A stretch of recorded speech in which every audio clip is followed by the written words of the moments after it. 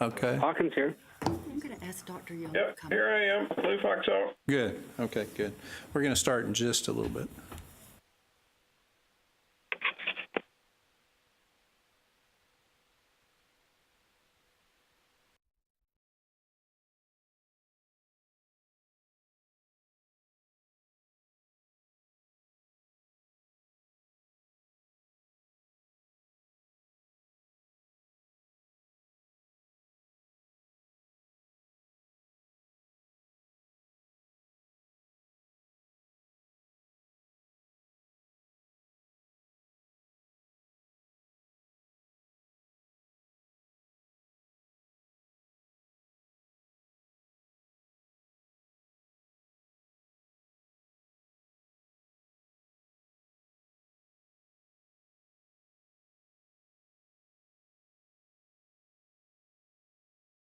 Yes, sir.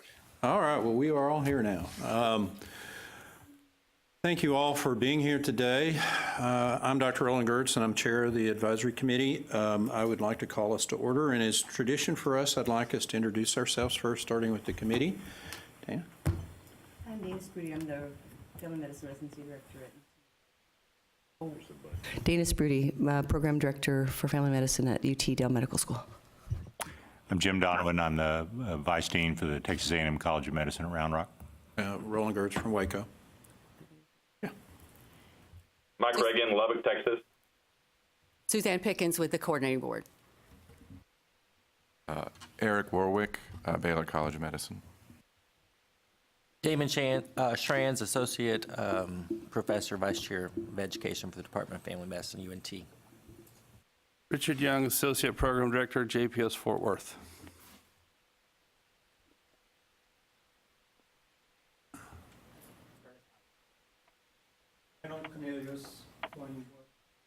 Claire? Claire Hawkins, Lou? TASD representative.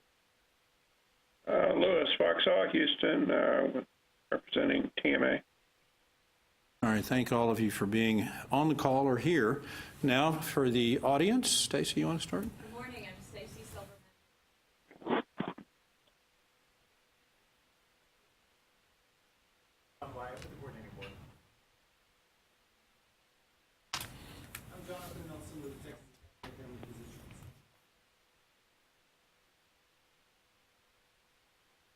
With the Texas system. Well, thank all of you or who are here as guests also. If you did not sign in, please do sign in. There's a sign-up sheet by the packets, the agenda packets in the back.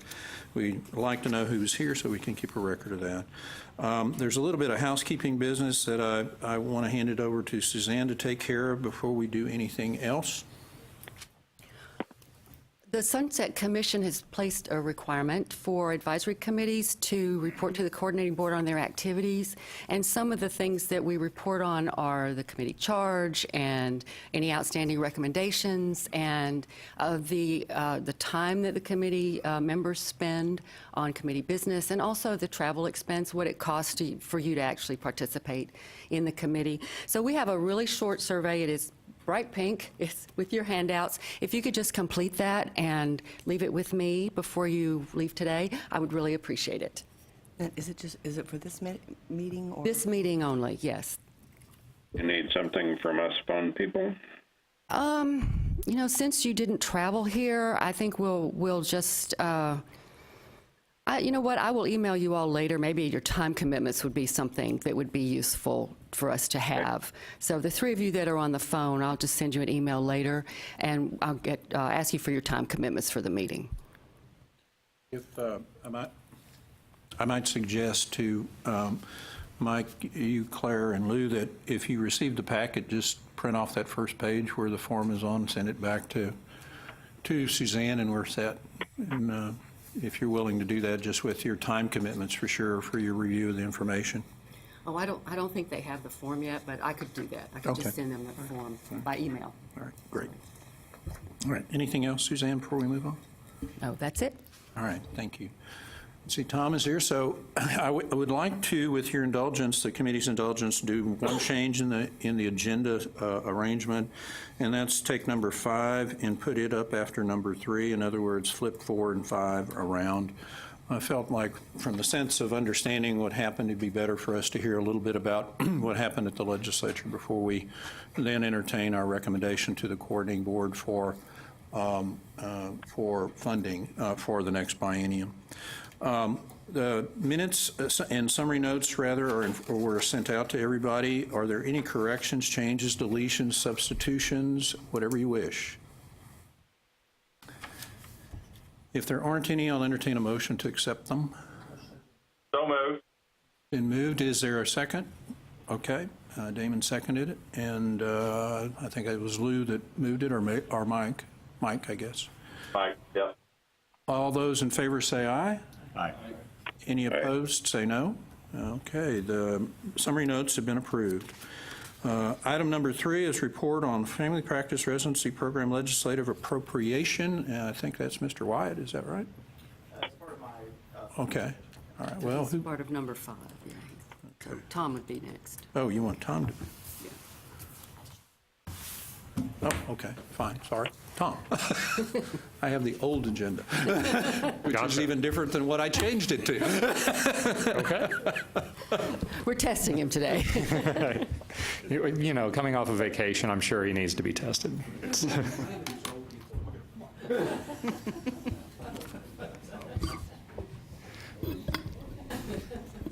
So where to start? To say that it was a interesting and frustrating session, I think, would be an understatement. So let me give you a little bit of history.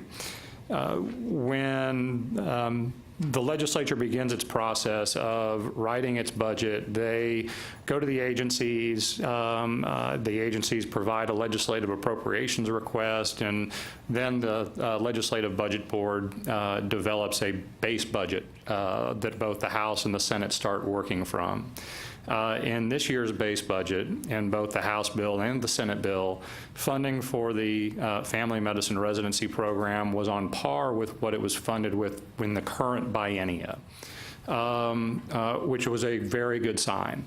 Additionally, the coordinating board, I believe it was in their top 3 exceptional item request, was to increase funding for the program to get it back to the levels that it was funded at previous to around 2003. So that was also a good sign. When the House passed its budget, in late March, I believe, the program was fully funded.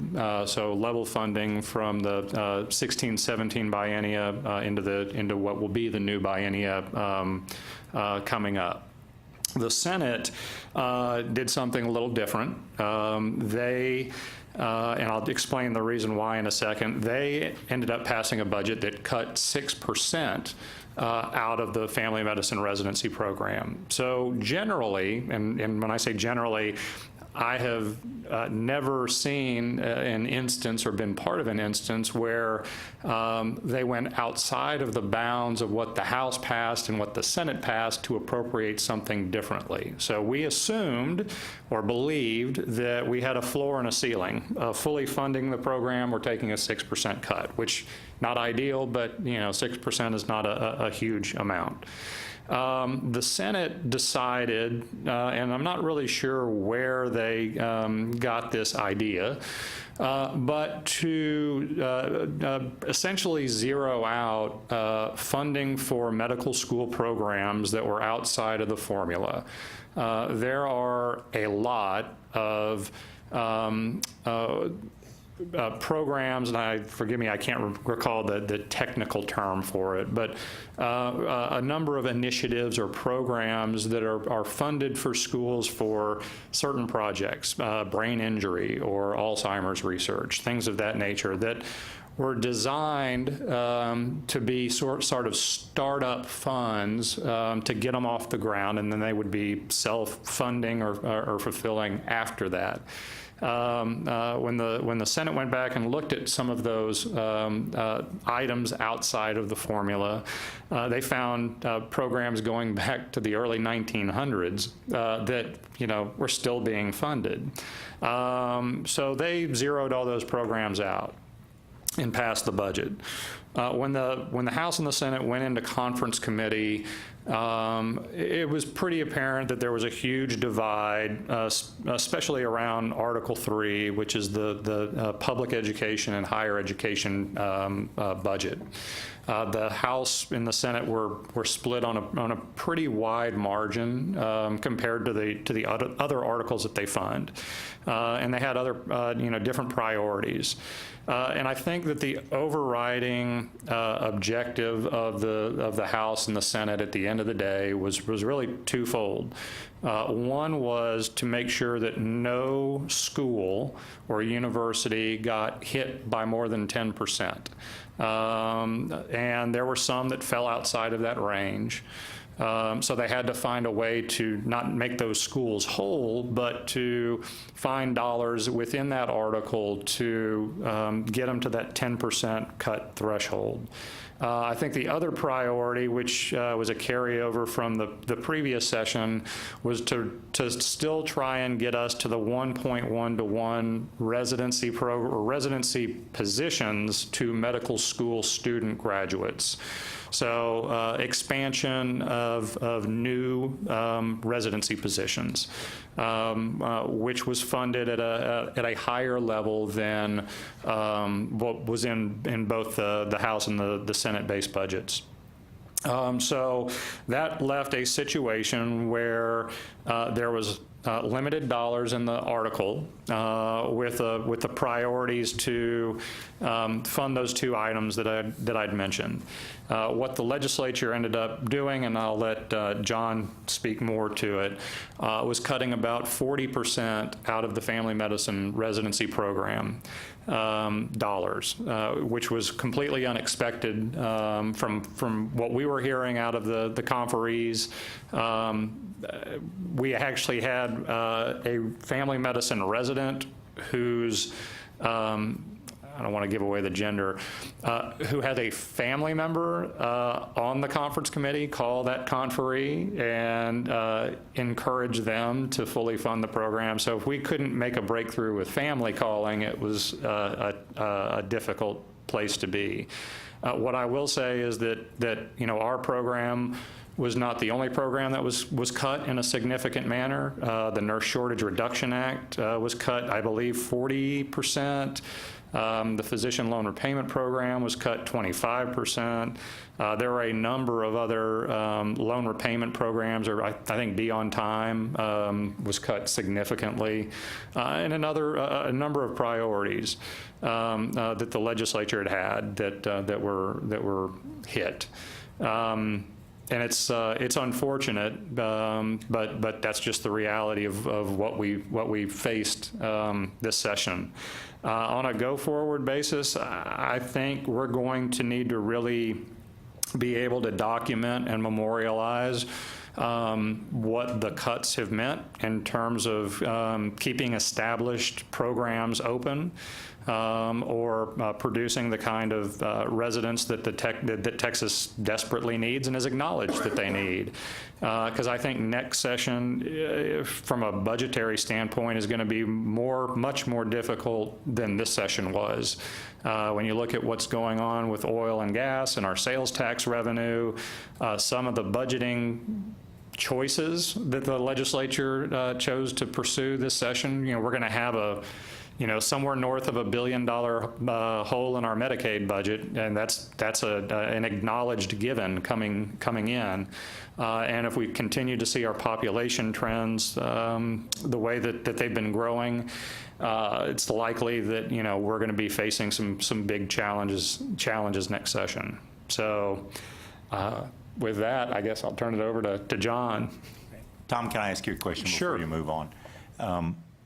Do you see this as a philosophic shift by the ledge away from primary care? Some of the programs that you mentioned being cut are sort of quasi-primary care programs. No, I really don't. When you look at Senate Bill 18 that passed last session, there was a significant emphasis on growing our primary care training. I think, frankly, that our program fell victim to its own success in a way that you continue to do well. You continue to produce the doctors that the family physicians that Texas needs. When in 2003 and 2011, when the funding was cut, no programs closed for those reasons. There were a couple of programs that closed for other reasons. So I don't think that the legislature really believed that, well, I think they probably believed that even with this funding cut that you could get through. And that's my sense. And again, they wouldn't have put more money toward new GME positions if they didn't think that they would be able to grow that family medicine production base. I do think over the interim, and they've put together a House and Senate work group. They haven't been named yet, but it'll be, I believe, 5 senators and 5 House members that are going to go back and relook at the formula and those items funded outside of the formula, which our program theoretically could fall under. I do think that there is a desire from a budgeting standpoint to say all the dollars you're going to get are going to come through the formula. And everybody's going to be treated equally under that. And then it's going to be up to the various institutions to determine how they utilize the dollars that they're getting through the formula. I think there's a great opportunity to have a conversation about how we fund graduate medical education. Should we wait dollars going into the formula for a certain number of years? Should we be funding programs beyond 3 years as a state? And I think that this committee will give us that opportunity to have those sort of conversations about how we best utilize the dollars that the state's giving us. Any other questions from the committee members? Of course, one of the things that I think we all have to think about going into this is this is not an unknown tactic used in other arenas, but it hasn't been in education so much as, I call it bait and switch, or robbing Peter to pay Paul, or whatever you want to call it, is that once you get stimulated to create something, the parent entity is loath to shut it down. So they find a way, even though it may be, with making that program less quality than it used to be, or without the ability to attract the same quality faculty as you used to be, because the funds are obviously going to be limited no matter where. So there is and there's only so much you can offset the cost of education on top of clinical income, and there isn't any other place for those monies to come from. I don't know where else you're going to get them.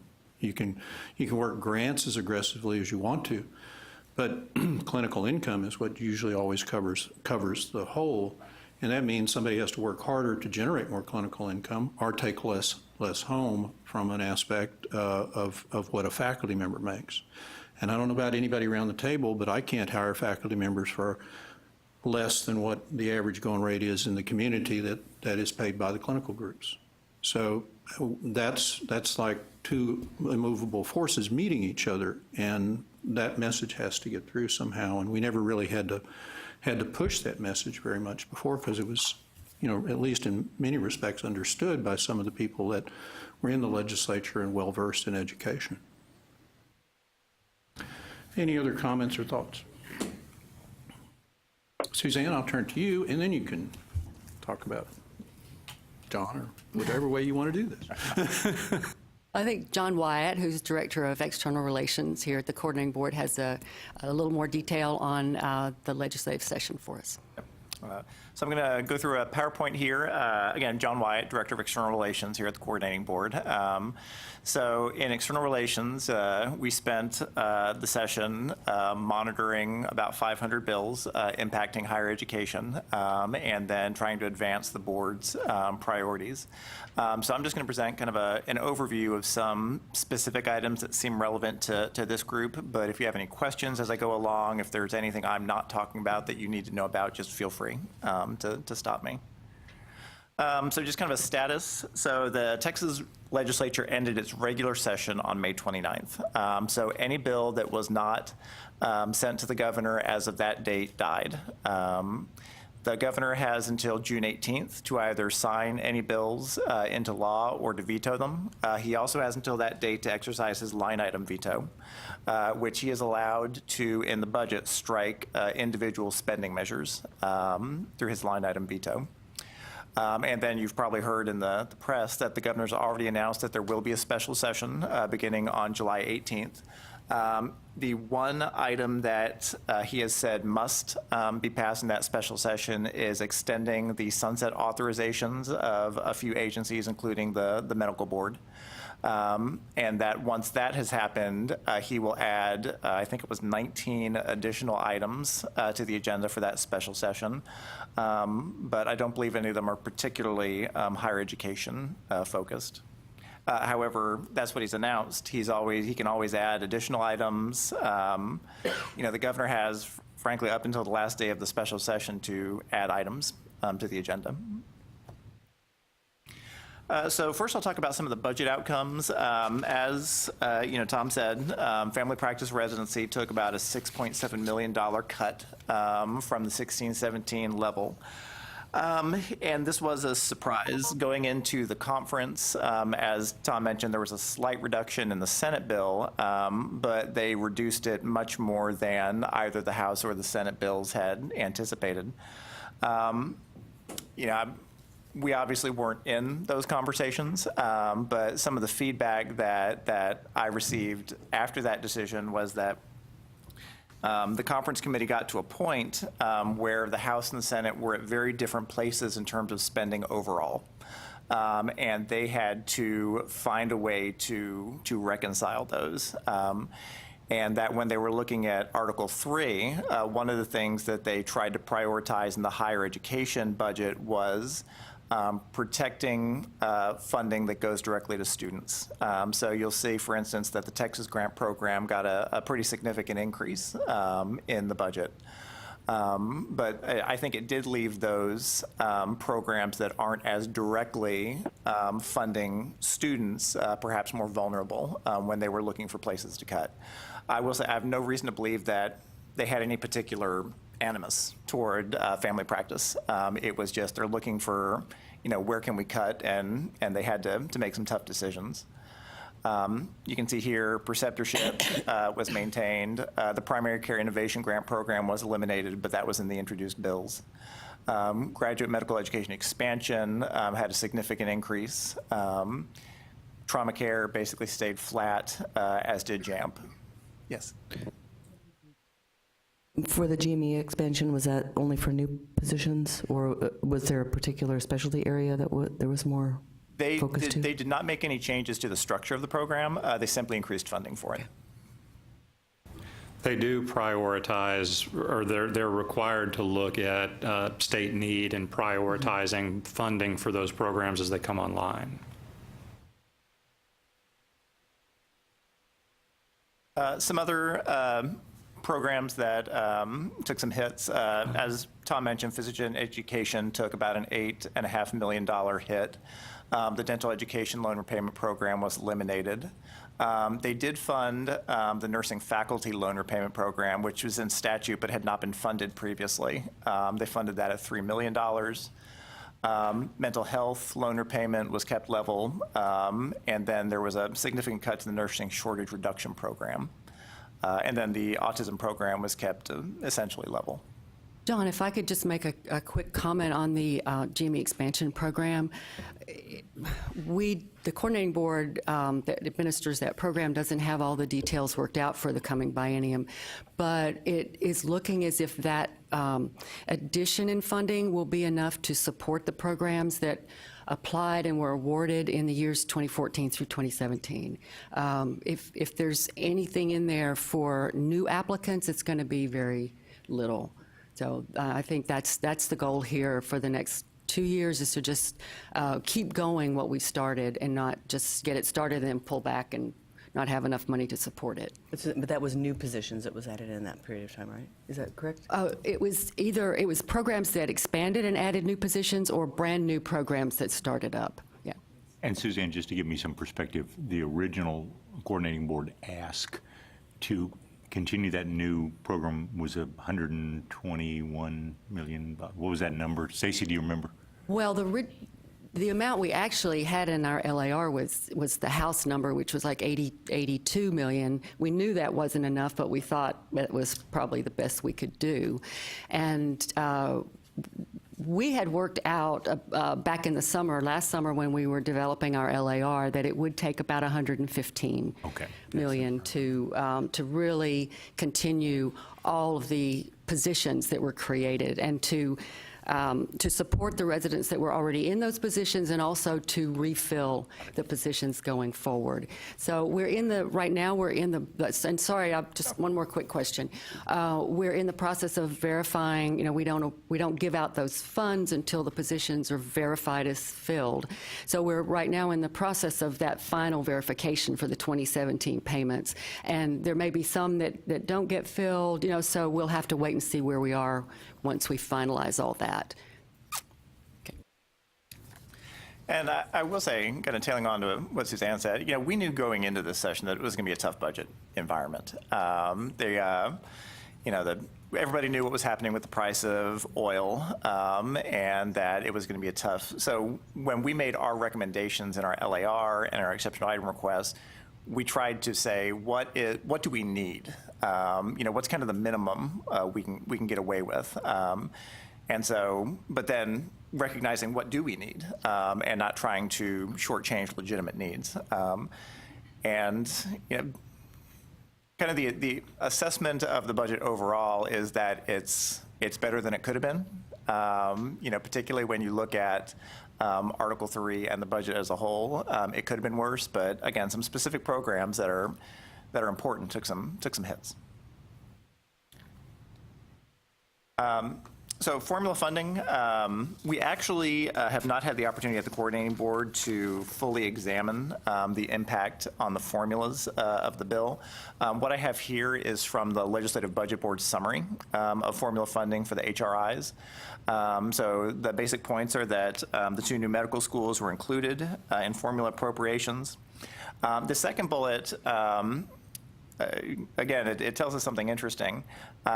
So the formulas all received a GR increase overall, but they received a reduction or stayed level in terms of the rate. So what that means is our medical schools are growing, but the funding isn't growing at the same rate as our schools. But I don't have specific numbers on any of those yet. And there was some hold harmless funding included in the appropriation, $35.3 million, but as Tom said, that's not necessarily a complete hold harmless. It could simply be a hold harmless to like a 10% reduction. And Tom mentioned one of the issues that they really looked at this session was special item funding, those items that are outside of the formula, but have been funded through direct appropriations, some going back decades. And there was a real effort in the Senate to eliminate special item funding and either provide that funding through the formula or some other means. And kind of where they settled was they continued the special items identified now as non-formula items in each institution's budget. There were reductions in those non-formula items, but then they punted the issue to this interim committee that's going to meet. And that committee has been charged to look at these special items and figure out essentially, what can we do to either move those into the formula or find some other way to equitably distribute those funds. It will be composed of 5 representatives and 5 senators, and their recommendation is required to be included in the introduced budget next session. So when the LBB actually drafts and introduces the first version of the budget, it will include the recommendations that come out of this committee. I believe the time frame is that the committee members have to be appointed by September 1. And then I'm not sure when their report is due, but it would have to be, at least before August of next year, because the introduced bill usually comes out November, December. John, I have a question about that. I sat on the HRI Formula Funding Committee for a period of time, and it's a fascinating group of people. I'll say that much for them. The ability to grasp the multiple data points that are within that formula takes a lot of study. I don't know who is the chair of it now, or even the members of it now. Each of the institutions had probably one of their financial people at the table, is the way it was before. There is no way, unless they change that formula significantly to include what is typically in special item funding. It's heavy on bricks and mortar maintenance, it's heavy on direct costs, but it doesn't have anything allowance in the current formula to essentially say what special programs are good for the state of Texas. And that's what the intent of the special line items were supposed to be. Like if somebody was going to be a center of excellence in cardiology or something like that, then they would get an extra bump for that. I'm just making the commentary so that maybe somebody will listen to someone who sat on that committee before, because it is a lot of work without a lot of thanks, but it is critically important if you're going to move in this direction, that those 5 reps and senators better do some study and understand how that formula works. I think that's a very good point, and this is the reason why they're having to have this interim committee. I mean, they spent basically the entire session trying to figure out what are we going to do about special items, and it wasn't something that they were able to resolve during the regular session. So that's why they've appointed this interim committee, and the interim committee has it's a pretty wide charge. Yes, they are specifically required to look at special items, but their charge also includes, if they want to go there, looking at other issues involving the formula and ensuring that formulas across the board are efficient and fair.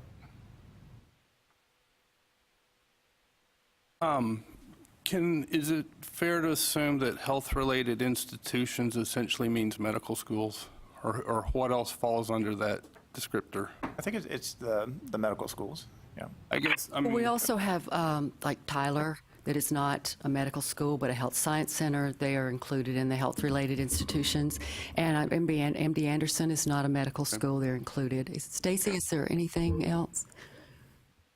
The reason I'm bringing the point up is that it's always been my impression, talking to a few legislators I've had over my life, is they have no concept that residencies are separate from medical schools. Obviously, a lot of times they're intertwined, and it's a very close relationship, and maybe this is an opportunity, if allowed, to do some education and to try to get to think of them as separate entities, right? So you've got funding and requirements to run a medical school, but then the residency is a different animal, some very intertwined with a medical school, others not. I think that's a wonderful prelude to my next slide. But I do think you're correct. But I do think there's been a growing awareness over particularly the last couple of sessions. I think there was a perception, how we handle our practitioner shortage is by building more medical schools and pumping more money into medical schools. But I do think the realization has come to bear that, well, that's only half of your solution.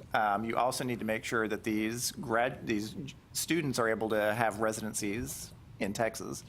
And there was actually legislation that was passed this session, HCR 102, that it's a resolution expressing the legislature's support for prioritizing GME funding over the creation and funding of additional medical schools. So I do think that the legislature in some ways turned a corner in its understanding of the importance of residencies. So that was something that was passed by the legislature. And then the other item here is SB 1066, which requires that if an institution wants to propose an MD or DO program to the coordinating board, they have to submit with that a residency plan. So a specific plan on how would you create the additional first-year residency positions that would be necessary to serve your expected graduates. And the coordinating board cannot review that program proposal until they have submitted that residency plan. And John, these apply only to public medical schools, Correct. right? Yes. Well, I just offer the thought that that still connects medical schools and residencies directly. And you know, again, there's obviously cooperation between institutions, but just as a symbolic thing, it's just silly to me, and correct me if my perception's wrong, that our coordinating board money is sent to Southwestern, and then they send the check to JPS. I mean, they're 33 miles away, actually probably a little more. And it's, why doesn't JPS just get the check directly? Why does it have to go through the medical school? It's just a symbolic thing that just tells me they really don't get it, that these worlds are funded and function and are regulated in completely different silos.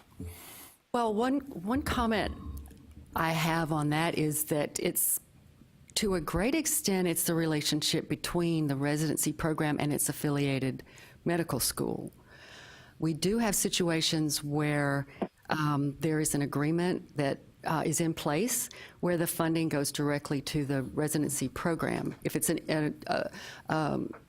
not part of the medical schools, such as John Peter Smith is. So it may be possible for John Peter Smith to talk to UT Southwestern and work out an agreement where we do give the funds directly to JPS. It has happened. We have had situations with grant funding where that has happened. Do you think Southwestern would release their clutches from the money voluntarily? Yes. In fact, it was UT Southwestern. I guess it also depends what pool the money is coming through. So if you're talking like the GME formula, that can only go to right. The to formula, public yeah, institutions, that's different. Well, and Suzanne, I need to jump in here with some Okay. history. Yeah. Okay. I remember very clearly the Vice Chancellor of Health Affairs for UT saying we have nothing to do with residency training about 25 years ago. Nothing. That's all teaching hospitals, and it's all other things other than medical schools. So I just wish everybody in this room needs to hear it's a word of caution, because if indeed what Tom is saying that the Senate wanted, is it all going through formula funding or through the medical schools? Medical schools have a responsibility to take care of their communities. And you are going to create a scenario where you force alignment of everybody else, and they are very unlikely. Dallas does not really care what Waco does unless the legislation is written so that it specifically limits what can be taken off the top of a pool of money, so that it is dedicated. And in fact, the legislature did do that in the past. I can't remember how long ago. It was Southwestern. They pushed a bill through that got extra residency funding for primary care many years ago, and what the legislature did was say what had to go to the affiliated programs. If you do it that way, then you're not going to force every program to be a university program. And I would propose to you that you're not going to make Texas work very well if you do it that way, even though the schools might like it, because what they'll see is an extra indirect amount of money coming to them, to administer those funds. So it seems simple to the legislature, I think, but the ramifications of that are very significant, very, very significant. There are at least 6 programs that are unaligned completely, I think, if I remember right, 5 or 6. And they tend to be in locations that, well, they have one medical school over here and one way over here and one up here, and there is no real, what desire is that school going to have to help that program out? It's going to be minimal, to be honest with you, yet that community depends on that program for production of primary care doctors tremendously. And to me, that's what in 1977, I happen to know one of the legislators who wrote Public Law 282, and that was the intent, to satisfy the need for primary care delivery in the state of Texas as a whole, not just in urban areas where the medical schools are.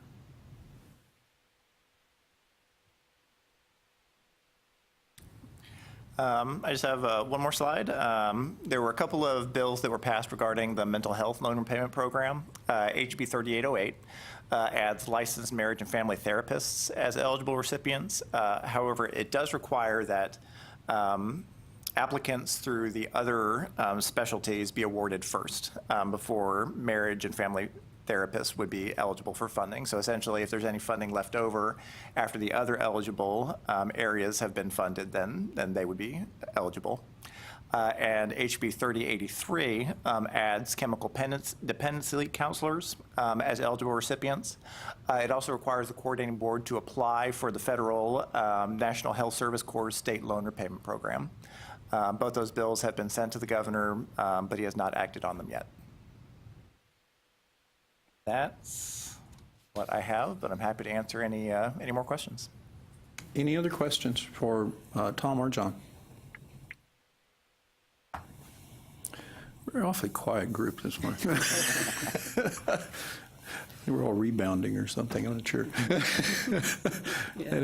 And I made a huge faux pas. I didn't welcome Eric earlier as a new member, and actually Richard as a new alternate. Thank you both for being willing to take those positions.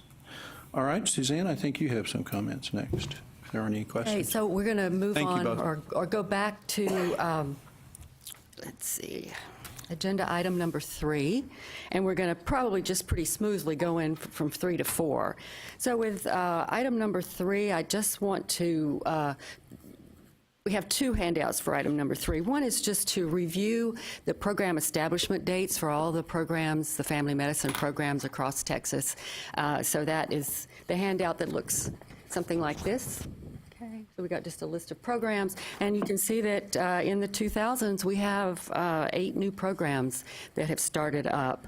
And one of those, number 1, the UNT Integrated Family Medicine and Neuromuscular program, is actually going to be eligible to apply for the family practice residency program this fall. And I believe the applications are due next week for the family medicine program, and I understand that they will be submitting an application, and they have now been in operation for 3 years, so they are qualified. And then, of course, it won't be until September when we get the certified number of residents and go forward with the funding based on the recommendation you come up with today.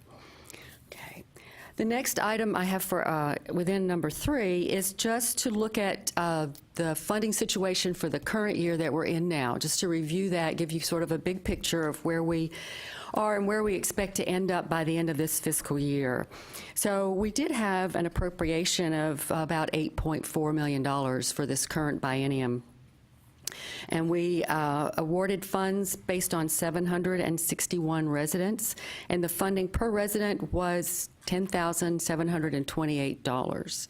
We were able to fund 45 rural rotations at $2,500 each, and we actually, this year, for the first time in quite a while, we funded 3 public health rotations at $2,000 each. And we actually could have funded more. We had about 3 more waiting in the wings, but we're not able to fund those. We also funded the Faculty Development Center with $150,000.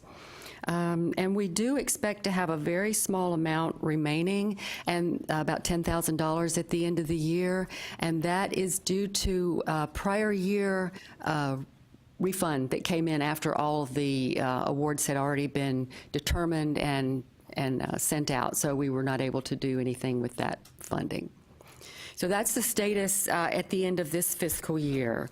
And then I'm going to just very, very briefly go through the basis for the 3 funding options that you have in your handouts, and then I'm going to let Dr. Gertz lead you in that discussion. So the first option is similar to what we had in FY17, but the main difference is that, well, two main differences. One is there's a big difference in the funding. So instead of the 8.4 appropriation, we're looking at a $5 million appropriation for the coming year.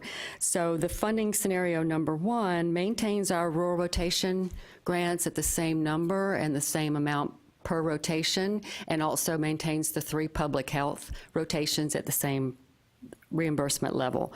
We do, however, decrease the Faculty Development Center support from $150 down to $100,000. And option number 2 is essentially the same, but we decrease the Faculty Development Center a bit more, down to $50,000. And then the third option, the only change is that we reduce the Faculty Development Center down to no support. So those are the 3 options that we have put forward, and it's certainly possible that you might want us to look at something different from these 3, but we'll just see how that goes. I'll just add a couple of comments. Can I ask a couple of questions real quick? Sure, Mike, go ahead. So you said real quick, but I didn't jot it down. The total grant funding the previous year was 8.4. 8.4 mil. Okay. And what was the per resident amount then? It was $10,700 approximately per resident. Okay. Okay. I just wanted to have it kind of in my mind what the changes were. Yeah, Mike, if I'd like to make just a few comments, and I think it'll hopefully help. I don't mean for it to be anything that harms us in any direction as where we're going. I mean, the legislature dealt us a pool, and that's what we are dealing with. When Suzanne and I were working through what to propose, I will tell you that funding option 1 is sort of everybody gets hurt the same way. I mean, that's including the FDC. That's what funding option 1 is. With the exception that statutorily there are required rural rotations and public rotations. And at least as I understand it, Stacy, you did. There are, though, we've heard that there's a that might be. Oh, okay. All right. Roland, can you repeat that? Because we couldn't hear on the phone. Stacy let me know that may or may not be true. So I'm not quite sure how to wrap that into what I was going to say now. But I mean, we had always assumed that there was a minimum number of rotations in both of those areas that we had to fund somehow. And what the dilemma is, if you cut those, then students won't be interested anymore. Students have a certain level that they need to have replacement for their cost of living in order for them to be able to do the rotations. And so the first scenario, in all the scenarios, keep the per student or per rotation funding level instead of cutting it. That's the only thing that's not cut in any of the 3 scenarios. Stacy, I'm sorry, go ahead. Roland? Yeah. Can I ask a follow-up question specifically about that? Sure. So if I understand it, if the number of rotations on those specific rotations ruled in public health are not used, they're rolled in to the general funds then, is that right? That's correct. To the extent that we can, there is right now a statutory limitation on how much we can spend on rural and public health rotations in any given year. It's about $120,000. And I think that's one thing Stacy was referring to, is that possibly will go away. But right now, and in the current year, and right now it's in the rider for the coming 2 years, that would be a limitation on what we can spend. And just to clarify what we're talking about. I'm sorry, this is John again. Just to clarify what we're talking about here, the governor has until, as I mentioned, Sunday, next Sunday, to exercise his line item veto. So he can, if he chooses, veto any of the riders that are in our budget, including the rider that states the funds appropriated include up to, it's about $120,000 each year for these rotations. Okay. But we don't know what the governor will choose to do. This is Lewis. Were the funds fully utilized last year? You have We did award 45 rural rotations last year. We had applications for 45, and we awarded grants to 45. And it looks as though all those 45 are going to be completed by the end of the fiscal year. And we awarded a grant for 3 public health, and those have already been completed. So yes, we did actually award and use all the money that was earmarked for that in the current year. Okay, and I'm sorry, what was that leftover amount that you said you received? The $10,000, it was an amount that was a prior year unexpended balance that was not recognized early in the year, and it came back to us after the operational grants had already been awarded, and we wanted to use that on additional public health rotations, but we hit that $120,000 maximum. So there was nothing we could do with the money. We couldn't reallocate it in really another way. Okay, so it's gone because it was last fiscal year? It will be swept back to general revenue at the end of this year, in August of this year. And Suzanne, for the rural rotations, do we know that $2,500 is the right number? Do we historically know that below that number students are? Well, and Dr. Gertz or Stacy may be able to answer that better than I can, but I can say that in, I believe, this time 2 years ago, we decided to increase the amount. It was at $2,000, and we increased it to $2,500 based on committee comments and discussion. I think, though, in years back, it was more. We have had it higher, but there are other people who can speak to the history better than I can. I mean, it started at, Lou, you can remember it probably better than anybody can. I think we started at 3,000 or something for them. I'm not quite sure. And then after 2011, when that was the 60% cut, we essentially took them down as low as we felt we could take them. And we saw a pretty significant drop in interest. And so then 2 years ago, that's when the committee decided to bump it up slightly to 2,500, and that seemed to generate, enough interest from students to do it. Okay, thanks. Lou, anything you want to add to that? Yeah, no, I think that's accurate, Roland, and there's some threshold in there where it seems to be more helpful. Stacy, that how you recall it? That's still a priority to get people interested in working in those areas, so I think makes a lot of sense. Sorry about the 10,000. I know it's not a lot in the big picture scheme of things, but is there any way to pay that to FTC or something that can use it this year? And then, I hate to see anything go back. It's just. How could we do that? Oh, I don't know if that would have to be approved by the board. I'm not sure. Like a supplemental. We can. Can we ask them? We can look into that. You don't want to send it back. We could potentially do that for the Faculty Development Center. Sure. That's a very good suggestion. We will see what we're able to do with that. Well, let me ask the committee. Obviously, I carry the recommendations forward in just a few weeks. Does that have to go through the formal process, or can that be done in a separate way, like a letter from the advisory committee to the coordinating board? I think we could do it through a no-go adjustment through our internal board review of any funding that's added or removed, any increase or decrease to a grant program. We'll explore that. I don't think it has to go to the board. Okay. Well, let me ask It will go to the board for consideration through a different vehicle, not through the formal board meeting. I would certainly think it'd be helpful for you all if the committee itself endorsed that, to use that, before the end of August 30th when they sweep it. Roland, I'd move that forward as a motion. Okay.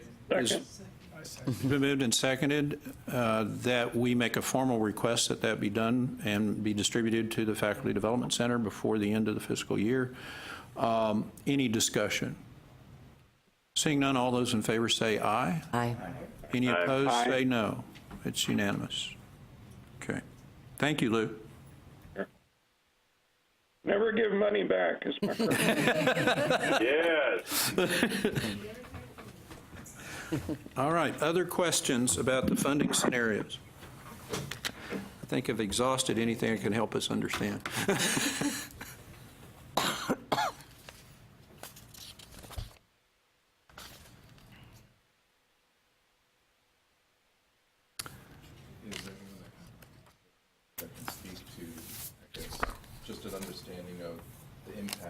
take going from 100 down? Funny you should ask. Cindy, I guess you're on. Pat, You want to come up and come on, speak if at a you could come microphone? forward, Cindy. The question that I had is if anyone would be able to speak to the impact that reducing from 100 down to 50 would make the FTC.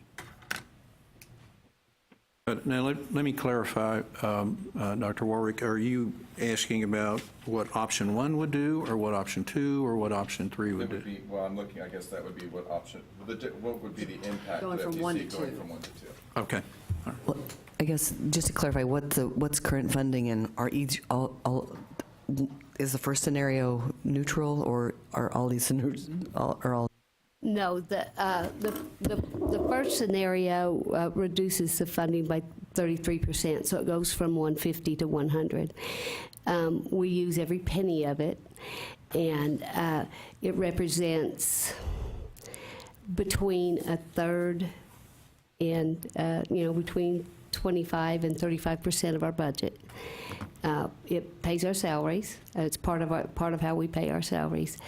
But you might need to lose a person, all that kind of. Well, we got a person because of the grant. I was able to hire someone. The dean is an incredible fella, and he has been behind us and supported us from the beginning. So he has supported us for several years without any other outside funding, besides what he has, and it would potentially dilute what we are able to do strictly family medicine, but I don't. As I said, he's been very supportive. I don't know that I would lose a staff person, but it is possible. I was hoping, I'm giving you a chance to. Yes, we spend every penny of that money on family medicine and supporting the infrastructure of family medicine, academic family medicine in the state of Texas.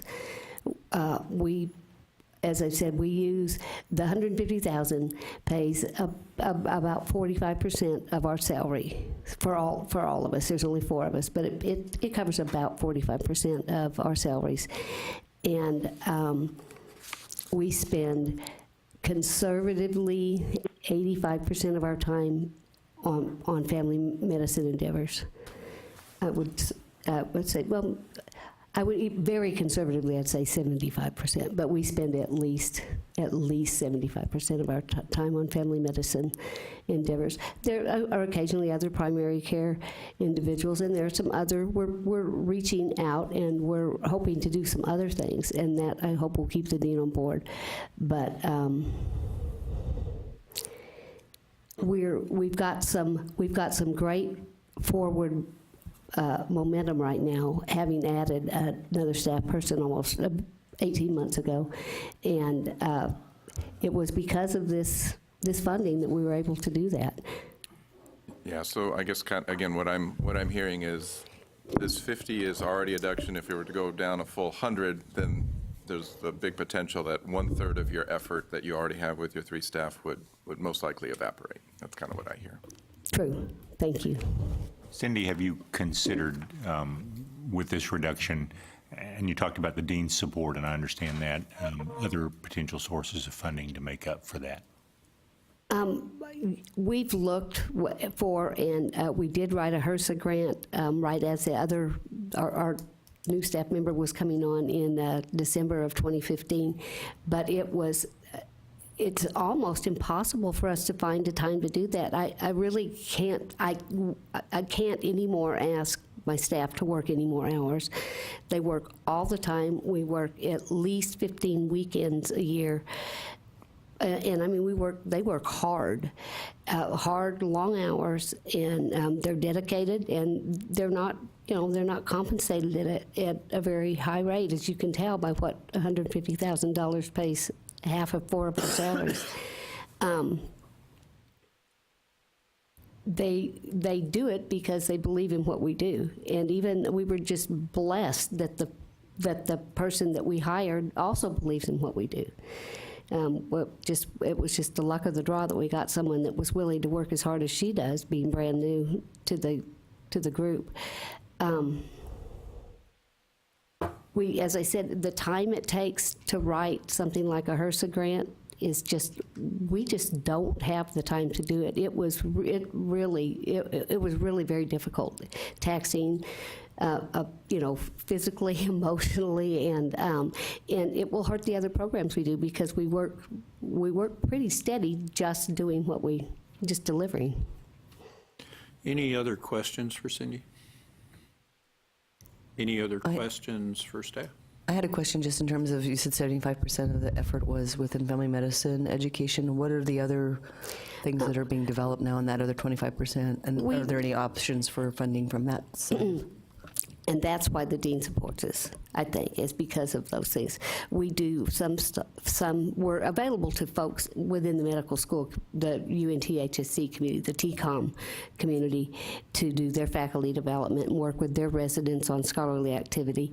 And some of those folks are not family medicine. Most of them are. We work with some internal medicine programs. We've done a scattering of other groups of faculty and residents from other specialties.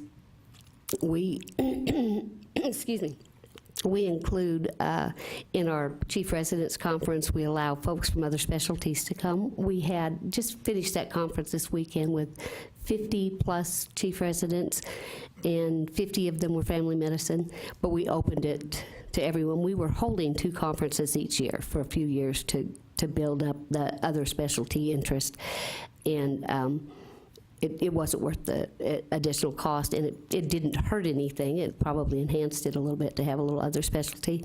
And we're also working towards building a master's degree. We're hoping to build a master's degree program with the fellowship that we currently offer, being the second portion of that degree. It would be a Master's of Science in Health Professionals Educator. That's in the works, and that's part of what we do. I think Does that at least answer your a comment questions? of funding through the years would be worthwhile. In 2011, when the legislature made the large cut, and the FDC went essentially with zero funding for quite a while. And it was only the last biennium that we put money back. I'm trying to remember. And the concern was that, yes, they'd exist, but they would drift away from family medicine support. And that would be the natural course if they're going to reside in a medical school and the dean funds them. So that's kind of where we are. Any other questions? Well, we're at that point where we need a recommendation from somebody. Roland, I would put forward the funding option 1 as the recommended consideration. Thank you, Mike. Is there a second? Yes. Dr. Spruce seconds it.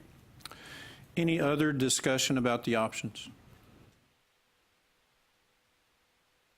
Hearing none, all those in favor of the recommendation for option 1, please say aye. Aye. Aye. Aye. Any opposed, say no. All right, the ayes have it. That will be my recommendation. Now, let me just state to those of you that are new that what happens with that is that there's a special committee of the coordinating board that looks at, what's it called? It's the Committee for Academic and Workforce Success. There you go. That meets on June 28th, and I will carry forth that recommendation to them on your behalf. And it is ultimately up to them to decide, but I can't remember when they changed the committee's recommendation. So I appreciate all of your work. Dr. Unger, we're glad to see you. I didn't mention anything earlier, but he had the unfortunate issue of being diverted this morning to Austin, and he was supposed to go to Dallas, then to Austin, but as you know, they sometimes won't they won't at all let you off the plane anymore. So he had to go back to Dallas when he could, and then come back here. Without my luggage. So it just arrived, so that's what I went outside. So we have a couple of update items that are informational for us, items 6 and 7. Before we can adjourn today, and I wanted to turn it over to Dr. Unger to talk about certain innovations in medical student and residency training that have bearing, for all of us. Okay. Okay.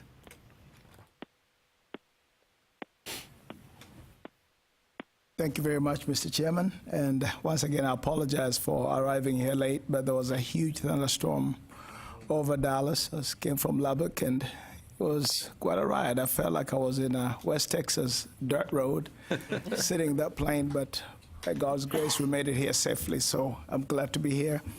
If you don't quite catch what I'm saying, please excuse my West Texas accent, but I'll try to work with you as much as I possibly can. And thank you very much for having me, and I'm glad to be here. Thank you very much for the work you guys are doing. Anyway, do I have a clicker or anything?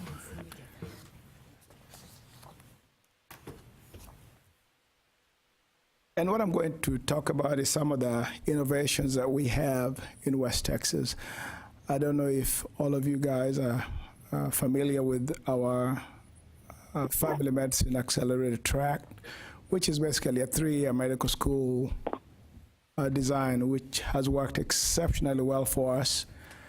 And this has been absolutely beautiful in increasing the number of primary care doctors, family physicians, and getting them into the workforce much sooner than the traditional medical school. And I don't know what I need to do. Okay.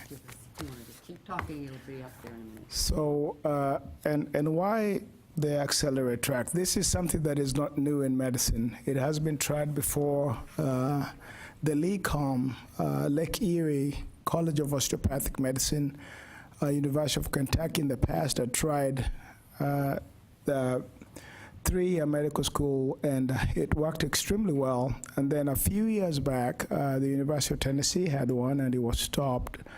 And this is basically the LCME was having problems of having 4th-year medical students being considered interns. And at that time, they did not work out a way of making sure that these people were MDs or BDOs before finishing, before starting internship. And so it worked out very well when our dean, Dr. Burke, went back to the LCME and said, what if we can work out a deal whereby these students can be done in 3 years? And basically how we did that was taking away their summers and taking away their Christmas breaks. And by doing that, we were able to really meet the curriculum requirements for them to be able to complete medical school in 3 years. And as you guys know, traditionally, 4th year of medical school is a blow-away year. Basically, people use that for going to rotations where they can hopefully get into residency. And apart from that, I was done. I went to UT Southwestern a few moons ago, and I was done with medical school sometime in December. And so between January and June, I was in New Zealand on an away rotation, basically fishing and swimming, and then going to around with the attending physician in the afternoon for a couple hours, and then went back fishing. And so it was kind of nice. But so it's a blow-away year for most medical schools. And so we just took that away. And we fall maybe about 11 weeks short of the traditional program as far as the curriculum is concerned. But we meet all the curriculum requirements that are required for a medical student to graduate from medical school. And so the LCMA saw the wisdom, and they approved it. And we have now our very first year of FMAT, or Family Medicine Accelerated Track graduates are actually practicing medicine, and most of them in rural communities. And so it met the targeted goal that we had started with. Can I try it? Maybe? No, they're Oh, okay. still trying to get it. Yeah, I'm sorry. This is Southwest Airlines. Blame everything on Southwest Airlines. They're the villains of that. Oh, my goodness. So that's all right. I will just work with this off the cuff. Mm-hmm. Dr. Unger, you're going to have to revert to the way we used to do it a long time ago. I was actually prepared for this because I did not have this until about 10 minutes ago, so I'm good now. Presentation out after the meeting, too. I could also do that, yes. We'll get his presentation. We'll send it out to everybody who's here on the list. Yes, and so I will just do it off the cuff, which is okay. So what has happened with the FMAT, and I have about 15 minutes maybe? Sure. Yeah, what has happened with the FMAT is over the years we've had about 66 graduates, all medical students come through, and last year, 2000, 2015, 2016, like I said, was our first graduate class coming out of the FMAT program. They traditionally take about 16 per class. We identify a few of them early before starting medical school as people who want to do family medicine. As you guys know, if they come from a rural community, there's a very good likelihood that they'll practice in a community similar to the one that they grew up in.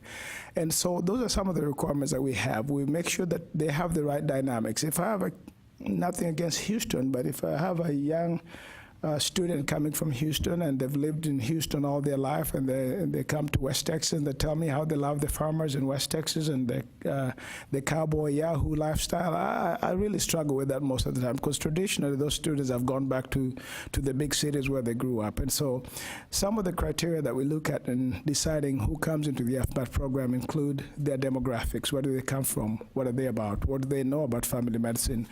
And so we've been pretty accurate in predicting where these people are going to end up once they finish medical school and residency. And so secondly, they also have to have pretty high aptitude as far as performance is concerned. We want them to be pretty much at the top of their class, have all, and I think we have a few of them at the Family Medicine Development Center, and they're absolutely brilliant. They've done tremendously well.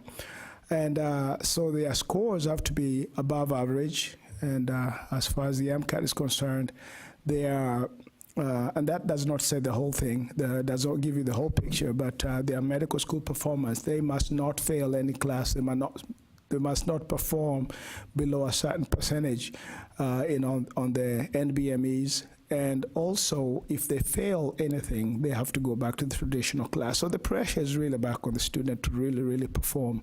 There's early exposure to clinical medicine starting from first year medical school. And what are the results of that? Basically, we have seen these students perform above the national average on their in-training, what do you call those, USMLEs? They've performed above the national average on their USMLEs. They've also performed way above the national average on their in-training exams from the first year, second year, and third year. Now, coming to the boards, as far as the ABFM is concerned, we had last year 3 out of 5 that we had graduating from last year scoring way above 600 on their ABFM. I don't think I scored 600 on anything myself, and yet I'm the program director. So it's extremely encouraging. And even this year, we had one that scored 640 on their ABFM this year. And so it's really extremely encouraging on the results that we have seen with this program. What has it done for West Texas and rural communities around that area? Since we started the residency program back in the 1970s, we have actually placed just about a doctor in every rural county in West Texas, all coming from our residency program. And so with that said, the FMAT program has actually added tremendous quality into that because we're putting these kids back to their environments where they grew up. And we're really having a tremendous impact on the physician shortage that we've had over the years in West Texas. You know, if you consider between UT Southwestern, JPS in Fort Worth, many moons back, there was nothing after that all the way into Oklahoma, coming to West Texas. And so now with Texas Tech being there and doing what it's doing for primary care, and we are still the biggest residency program that's teaching primary care physicians in West Texas. Family medicine has, we take 12 per year, which is small compared to JPS, for example, but 12 per year, if you consider internal medicine does about the same, but 95% of our internal medicine graduates go into specialty medicine, and about 40% of our pediatrics residents go into specialty medicine. We are still the bridge that West Texas needs to fill the need for primary care, and we're doing a very, very good job with that. Next is our rural tract, which we started about 6 years ago. Our rural tract was a part of the expansion grant, and we've used that very well in Plainview, Texas. And before going to the rural tract, do you have any questions as far as the FMAT is concerned? Anybody with any questions? I don't have a question, but at the end of your, if you can leave some time just for a little bit of discussion at the end. Oh, absolutely. Some statement to make. Absolutely. Thank you. So the rural tract, when I took over the residency program, I'd come from Abilene, Texas, where I was in private practice, and we started a rural tract in Abilene, Texas that did exceptionally well in, once again, expanding the opportunities for primary care and opportunities for family physicians in West Texas. It did very well until we had a CEO that took over the teaching hospital and had no vision as far as teaching education was concerned, and he decided to extinguish the program. It was too expensive, he claimed. So after that, I moved to Lubbock, Texas, and I brought that idea to the leadership in Lubbock, and they thought it was a good idea, and they supported it. And then through a HRSA grant, we started the FMAT, but with the expansion grant, we started the rural tract in Plainview, Texas. Now, Plainview is a community of about 3,000 people just north of, about 45 minutes north of Lubbock, if you guys are not familiar with the geography of West Texas. It's in its 7th year of existence. It's a rural tract, which means that the residents that are assigned to that program, we have 2 per year, have to spend up to 20 months of their training rotations in Plainview, up to 20 months out of 36 of their training rotations in Plainview, Texas. Now, we have a very supportive faculty out there that have done a tremendous job of helping us get these guys trained in rural medicine. And like I said, we're in our 7th year. We've had 100% board pass rate from that group. They've done very well, and once again, they've been placed, a lot of them in the Plainview, Floydada, Earth, Texas area, if you guys know where those places are. And we had one go to Nacogdoches and is practicing there, and one went to the Temple area. But most of those doctors that have graduated from that program are staying in West Texas, and there's a tremendous need. Only Lubbock County is not hipster. All the surrounding counties outside of Lubbock are health profession shortage areas. And so we think these new innovations and newer ways of looking at medicine, how we're educating our residents and our medical students, is really having a tremendously positive impact on placing doctors where we need them. Any questions? That's right off the cuff. I think the presentation would have been better than that, but I hope that's good for background information. We will get the presentation. If you can get it to Suzanne, we'll get that sent out to everybody so that they can have the slides. And all right, thank you, Dr. Unger. Any questions? I know, Dr. Warwick, you have one. Well, not as much of a, maybe it is a question, but it's as a graduate of Texas Tech from medical school and been out in Lubbock and El Paso, and I'll be there actually tonight. I'm driving there after here. The question I have is, have you ever thought of the next step? Have you thought of pushing it back even further? Have you ever thought of getting in with Texas Tech or one of the other schools and say, have it even accelerated track to where you go 3 years of college, 3 years of med school, 3 years of residency, and then tack on to the end of that, maybe doing something with regards to working in one of the underserved or the areas in the state of Texas. One of the things that my residents have is an over amount of debt before even getting out of residency. And so have you all ever thought of doing a program like that? And I think that maybe even on the state of Texas, has that ever been thought of developing some type of accelerated track across the board to where residents themselves are going to be out of debt a little bit sooner because there's not as many years of undergraduate medical school and residency training. But then if you tag on, hey, if you're going to go into this level 1 or 2 years in one of the underserved, you're still getting out a year ahead. I'm just wondering if you've ever thought of that. We have actually looked at that, and one of the biggest advantage of being in the FMAT program is you probably come out with less than 50% of what you would actually owe in a traditional program. In that, you start residency earlier, so that 4th year is cut out. You're getting a salary that year. And our dean has been generous in paying a half of whatever is left. Basically, the first year is funded locally at Texas Tech level with all the students. So they're coming out owing less than a half of what a traditional medical student would owe.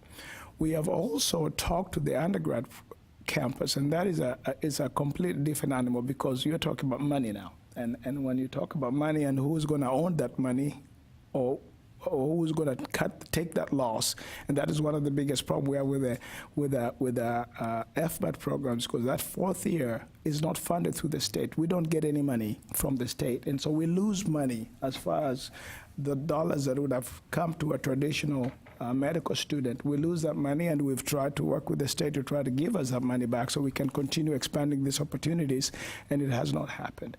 And so when we talk about funding as far as going back down to the undergrad level, it's a little tricky. And so it's just something that we have not explored very, very much. We've thought about it, but we have not explored it very much. Well, I would love to talk with you in the future a little bit more about that. Absolutely, absolutely. Because I think that is something that could be expanded a little bit more. I think so too. I think we waste too much time in undergrad school, where we could get these guys streamlined early and get them in the process early. Good question. I have a comment that's kind of related to that. One of the grant programs that was created by the legislature in 2013 was the Primary Care Innovation Grant, and as we learned, it's not funded for the coming 2 years, but we did make awards for that program, and one of the grantees is actually UNT Health Science Center, and they have this pipeline program, which is reaching all the way back to community college, to Midland, I believe it's Midland Community College, and you might be, do you want to speak to that? I can talk a little bit, maybe Cindy can. I sit on the admissions committee,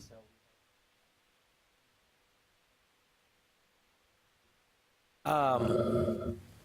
Essentially, it's a program kind of orchestrated by one of the Board of Regents. He really wanted this program to help his community. The applicants applied during the first year. They are entered into the program. They have to meet certain criteria. Against the wishes of the admissions committee, they're not required to take an MCAT. Once they complete that 3 years, they're automatically entered into medical school in the first year class at TCOM. As far as I know right now, there's only probably 2 or 3 people in that pipeline. It's not going to be a big pipeline, but it was more to benefit the regent. My understanding is that it has been a bit of a challenge to get it up and running, but because there are so many pieces coming together that don't normally fit together. But I think it's a valiant effort, and maybe it's a start. And as you know, as things go along and they get more adept at working it might grow. Maybe. It's just the quality of the applicants.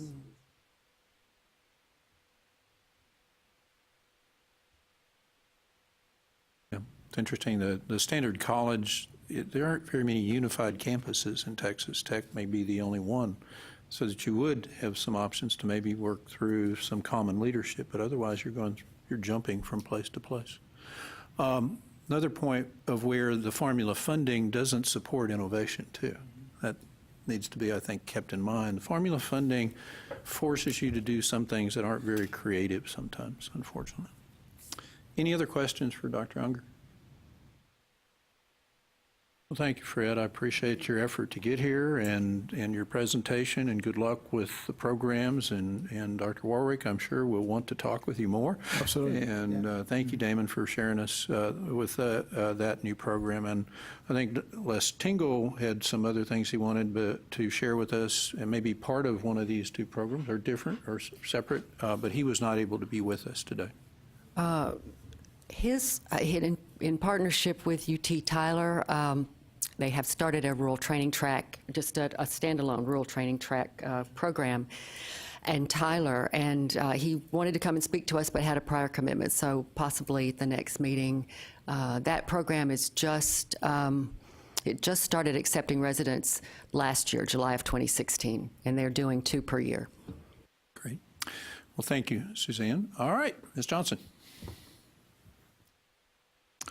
She will give us an update on the Physician Education Loan Repayment Program. Probably need a little remote.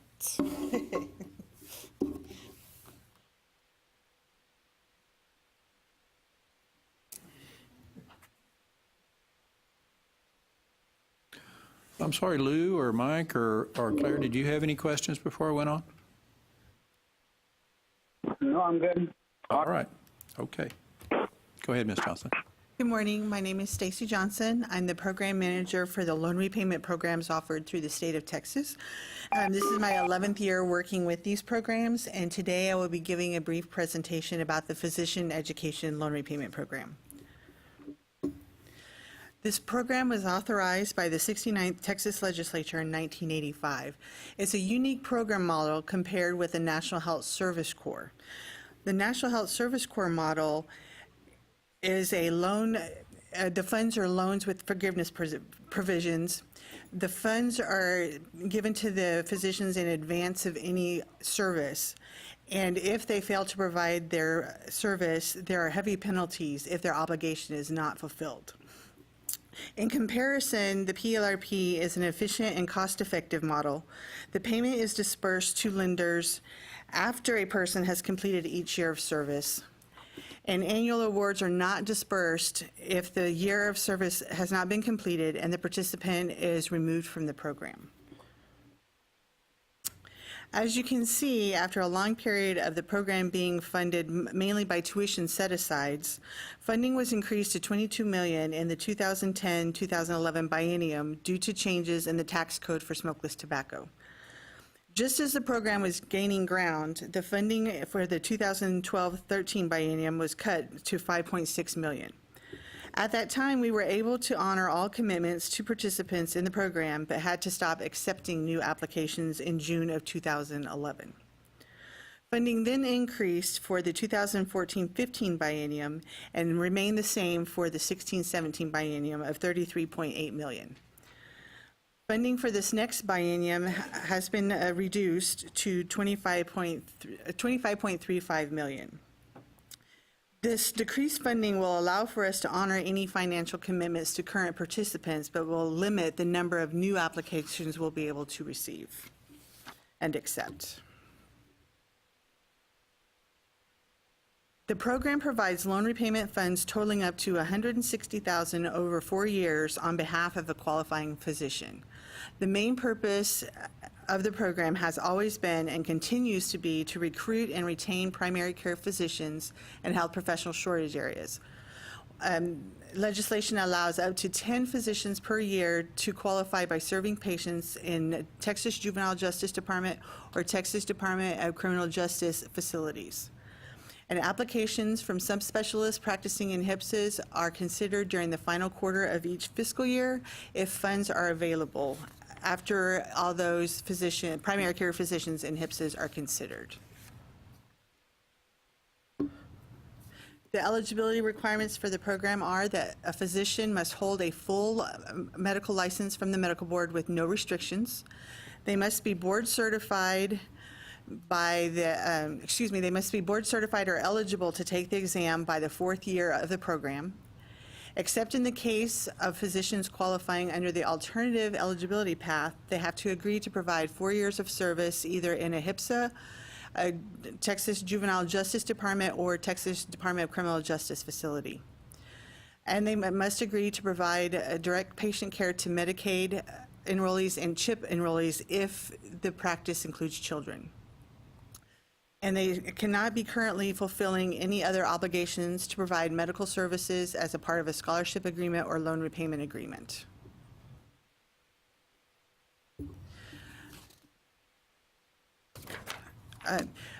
The legislation passed HB 2550 during the 83rd legislature, which created a new eligibility path for physicians who are not practicing in health professional shortage areas if funds are available at the end of the fiscal year. And they have to meet required service levels for Medicaid and Healthy Texas Women's Program enrollees during that subsequent year.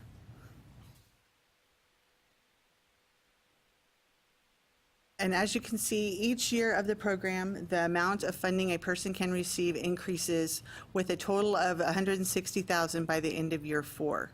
And if a person owes less than $160,000, the percentages are set up so that at the end of 4 years, their loans will be paid in full. And these funds are exempt from federal taxes. An ineligible loan is a loan that was made during residency, in default status, have an existing service obligation, or subject to loan repayment through another student loan repayment program or forgiveness program. And I need to make a correction. On your printed copy, it has the wrong section number. It should be 23.67 instead of the 21.257. And the next two slides are the application ranking criteria that have to be applied if there's not enough funding whenever we get to a point. We have quarterly deadlines, and if during that quarter we run out of funds or think we may run out of funds, we will have to apply this ranking criteria. And to date, we have never had to do that, but that may change in the next biennium with the funding cuts. This next slide is a continuation of the ranking criteria. And currently, the definition of the primary care specialties are family medicine, internal medicine, general pediatrics, geriatrics, medicine pediatrics, OBGYN, and psychiatry. Under the alternative pathway, the coordinating board has a memo of understanding with the Health and Human Services Commission, and they require the consideration be given only to primary care physicians who meet the service levels listed. Any of those that are subspecialists that are not in a health professional shortage area are not eligible to apply for this portion of the program. And HHSC reviews the paid Medicaid claims and HMO encounter data for Medicaid and Healthy Texas Women's Program services provided to determine if the service levels have been met. And they use the physician's NPI and TPI numbers to verify that information. And they provide that information back to us. And financial commitments for these physicians are made only year by year, because if funding is not available at the end of a fiscal year, they will not be eligible to apply.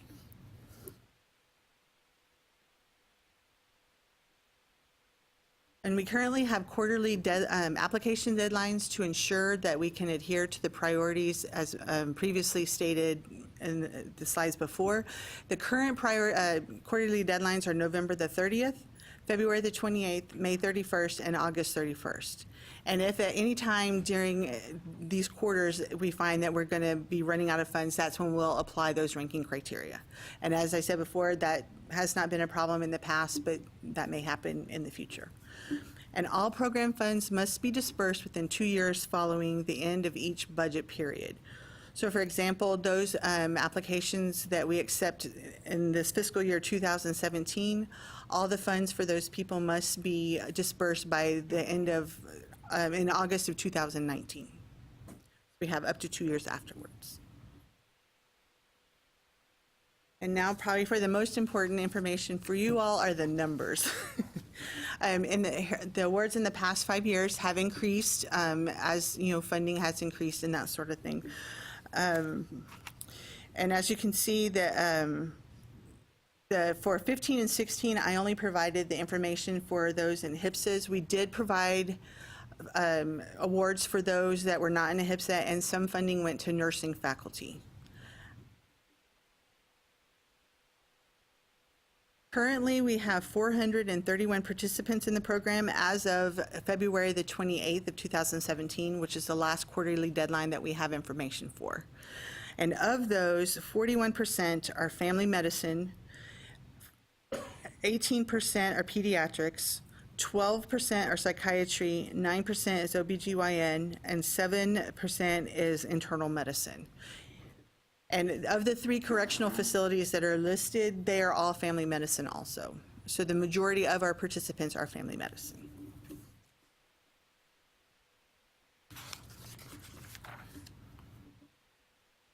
And of those 431, 106 are completing their 4th year, 75 are completing their 3rd, 91 are completing their 2nd, and 95 are completing their 1st year.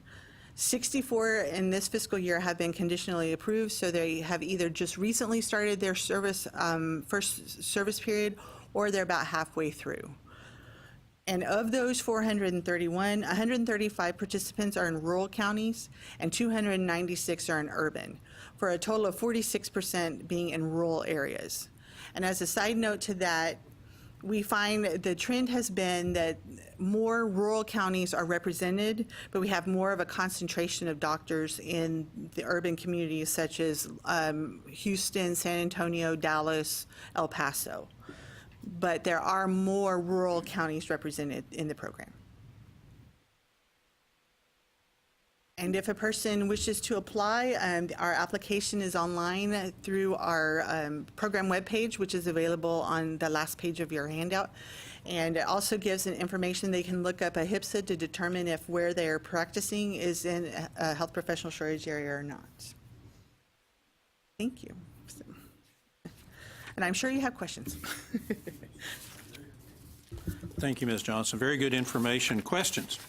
Yeah, I had a question regarding if someone is practicing in an FQHC, does that automatically define as a HPSA area? Because I know there are rural counties that have that overlap in HPSA areas, but would just practicing in FQHC qualify? For the most part, yes, they do. We haven't found any that have not, that have applied for the program.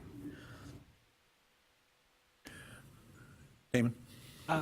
When I started practice about 15 years ago, I started with the university, and we had the family medicine residency program, loan repayment program, with the emphasis on GME now and the problems attracting faculty to residency programs. Has there been any idea of maybe resurrecting that, or is that something? I have no idea. I think that's a good idea. I think we'd have to, you'd have to put that idea in somebody's mind in a statutorial way. Yeah. No, faculty. Yes, Richard. I just like to echo that. I think it's an important tool to recruit faculty, and I was the recipient of one of those loan repayment programs so long ago, and I would love to see it resurrected. I can give you a touch of history, just that seems like what I'm here for.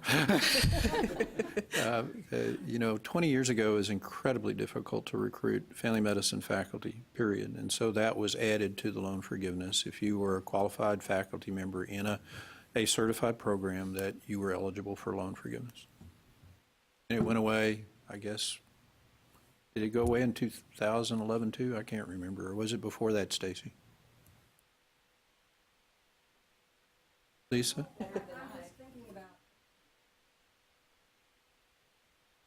It depends. No, we do have faculty in our program. They have to fit this criteria. It's just not across the board. Yeah. Correct. Yeah. Yeah. Well, they have to do 200. They have to do 200 clients in those listed areas. That's and in general you can do that, but you also have to fit this criteria is what it amounts to. And we do have some faculty members that are part of the program. Yep. They may be they may be part-time because they're also teaching, but they have to provide at least 20 hours of direct patient care to qualify for a reduced award amount. Yeah. So just so people understand, at least what happens in my world, is that as part of the residency faculty and their clinical obligations, both direct patient care and supervising residents, some of the JPS community clinics are in the most vulnerable, otherwise unsupported parts of Tarrant County, right? I mean, there's a JPS clinic and practically nothing else for about 3 or 4 miles around some of these clinics. But the problem is because there's enough faculty there, the way HIPSAs are calculated, that makes it not a HIPSA anymore. And so that's the disconnect, is we really are doing all the Medicare, Medicaid for about a 6-mile diameter circle around this clinic, but we don't get credit for that under the HIPSA formula because of the residency presence. And so that's, to me, why, in terms of, the piece of this of taking care of the underserved, then it ends up being this contradiction where it doesn't fit the formula. And that's why it was so important to have that as a separated qualification.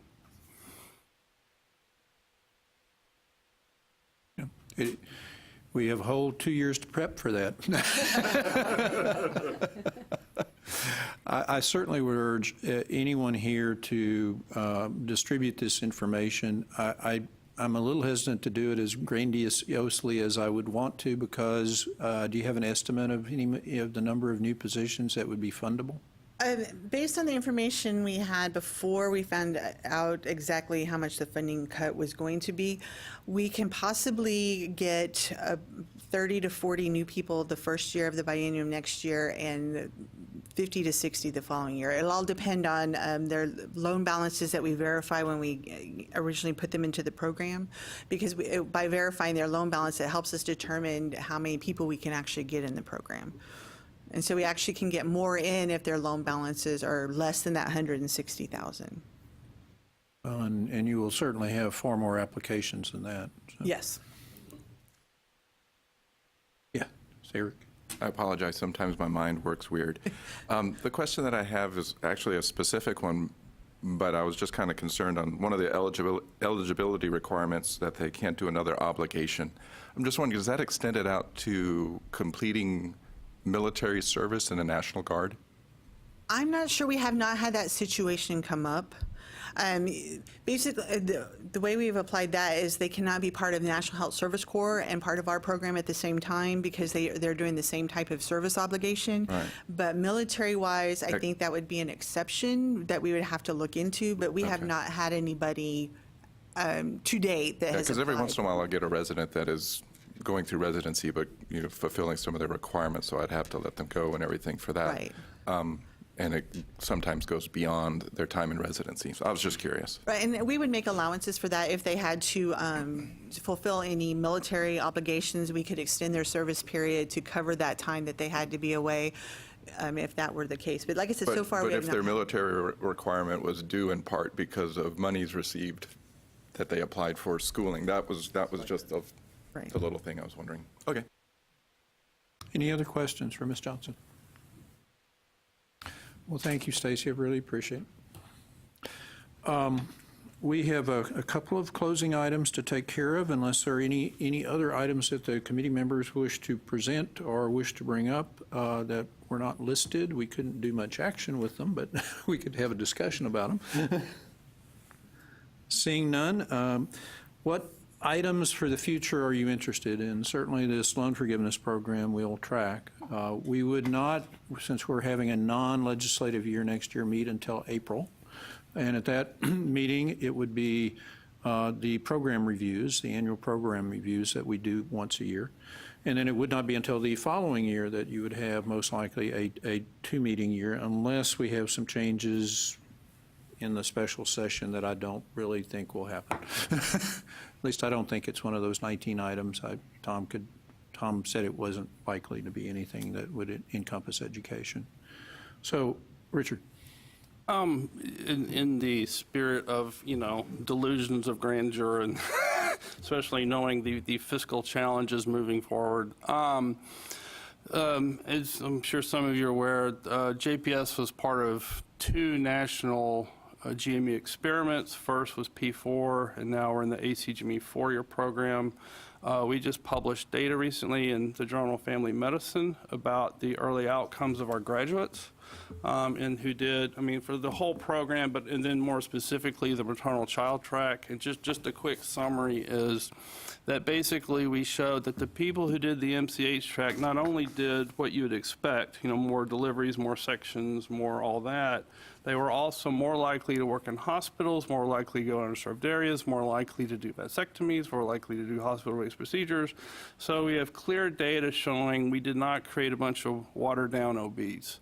That it's not like, well, they're pretty good at delivering babies, but they're really not doing much else. The truth is the opposite. It's because they're going to underserved places that this full skill set is able to be implemented, and so we've shown that this added training added value on top of what they were already doing, in fact, and enhanced it. And so, to the degree that the RRC is encouraging residency innovations outside of these formal programs, I could see other programs maybe, toying with the idea of doing an extra year of training or some version of that. And so I would like the board to be thinking about getting out of formulas and thinking about not only, what the resident training, the length should be, but looking at what people actually do in practice. I mean, serving vulnerable populations is wonderful, but if you can serve a vulnerable population and bring in some enhanced skills, that's even better, I propose. And so I would just like to encourage us to as much as we can, promote innovation and really think about not only are we creating doctors, but what do they do wherever they end up. I can carry that message also to the meeting on the 28th in a brief statement too. Don't forget, innovation is important if we're going to do good for the future. And we are, we've started trying to add an agenda item about innovation or creativity at each of the meetings that we've had. So keep that in mind for next April also. Yes, Dr. Ward.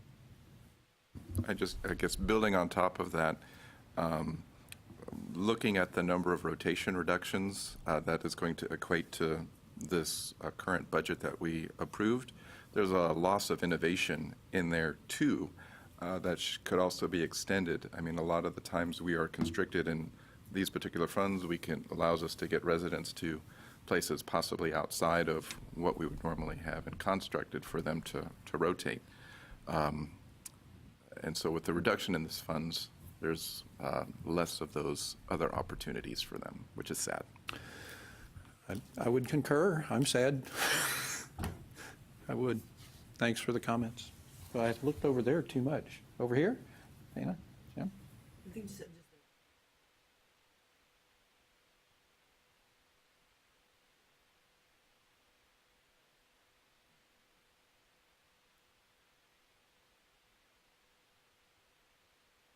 Or Jim, anything?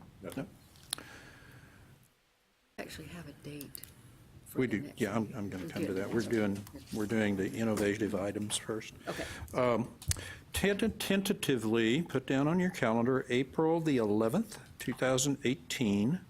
Time is yet to be determined, but we'll work on that as we get closer to April of 2018.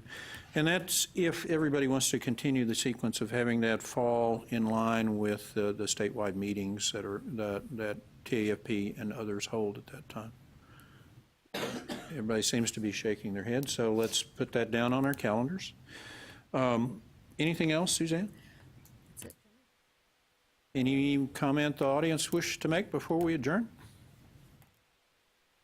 I'd like to thank everybody for being here. Safe travels home. Fred, thank you for the trouble of tolerating all of the things that you did. I want to welcome Dr. Warwick and Dr. Young to the committee. Thank you, Lou, Mike, and Claire for tolerating us via the airways. And Cindy, thanks for being here too. So. And I want to thank everybody for continued support. And I want to thank Suzanne and the rest of the coordinating board staff for all that you do for us too. I appreciate everything. And have a good summer. And if there are no objections, we are adjourned.